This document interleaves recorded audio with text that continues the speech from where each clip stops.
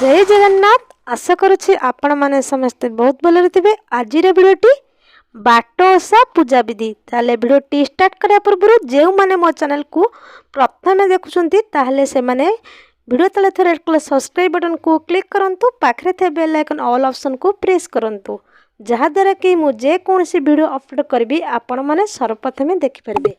ओ जो माने मो चैनल को प्रतिदिन देखुछन से माने वीडियो को छोटे लाइकटे करंतु, कमेंट रे दुई धड़ी निश्चय लिखंतु। तेबे चलंतु सुनि नबा आजिर वीडियो। ओडिसा रे ग्रामीण परंपरा रे जम को संतुष्ट करिया पई अनेक लोक पर्व ओषा व्रत आदि पालन करितांती। सेथि मध्यरु गोटिए हेउची बाट ओषा बा डांड पहरा ओषा। बाट ओषा बा डांड पहरा ओषा पौष मास कृष्ण द्वितीय तिथि रे पालन करा जाए। एही ओषा पूजाटी बाटरे बा डांडरे पूजा करा जाए। एही ओषा जमराजा उद्देश्य रे पालन करा जाए। प्रत्येक माँ माने निज पुत्र माने कर दीर्घायु निमंते माँ माने एही ओषा करिथांती। राति रे एही ओषा पूजाटी होई थाए। एही ओषा टिके कठिन। नारी माने बा माँ माने दिन सारा उपवास रहंती। स्वादिष्ट पिठापଣା सहित उखुड़ा बनाती। खईर उखुड़ा कदली आखु मूला आदि नैवेद्य सबु साजाड़ती पूजा पाई। एही बाट ओषाटी एक कृषिभित्तिक पर्व होइथिबारु नुआ धान कुटी सेथिरे खई मुआ और मंडा पिठा बुढ़ा चकुली आदि बनाई थांती बा करिथांती। चूड़ा और कदली मूला आखु आदि नैवेद्य करा जाई थाए।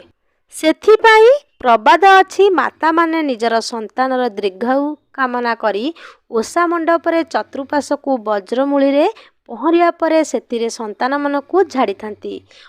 पौराणिक मत अनुसार इंद्रंकर अमोघ अस्त्र हेउची वर्ज।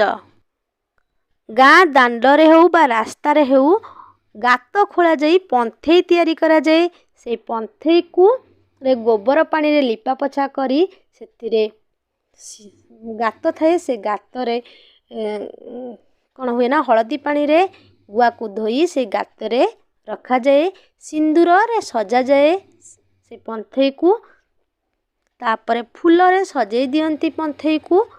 पंथेई चारिपटे चांगुड़ी धरी वज्रमूली उपरे रखी फूल सजा जाए। तापरे भोग थुआ जाए। धूप दीप झुणा आदि लगा जाए। बही पड़ा जाए। ओषा बही पढ़ा सरिया परे बंदापना करा जाए ओ भोग को पानी छड़ा हुए। तापरे सातमुहिणी डांडे को पंथेई पाखरे थिया वज्रमूली को नहीं से डाल रे उड़ा जाए 7 थर।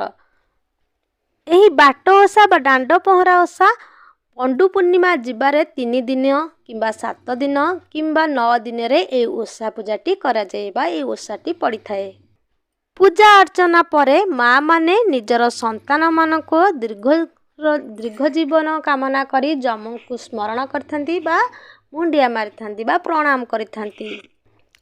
व्रत कथा अनुसार कोशल देशर अपुत्रिक राणी एही ओषा करिबारु तांकर पुत्र लाभ हैला। अथच पुआ हैला परे बा पुत्र हैला परे राणी कर आउ ए ओषा करबा को मने नथिला।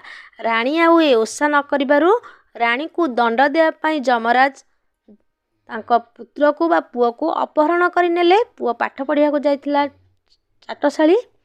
राणी निजर भूल तापरे राणी तांकर निजर भूल बुझी परिले ओ मन पड़ीगला तांकर ओषा कथा। से ओषा कले तापरे तांको पुओ को फेरी पाइले। तापरे राणी प्रति वर्ष ए ओषा करिथांती।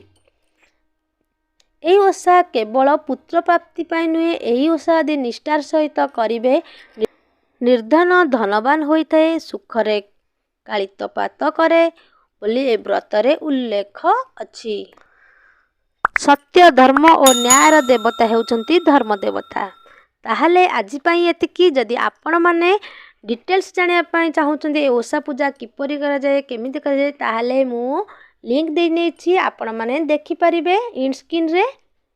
रहुछि। जय जगन्नाथ।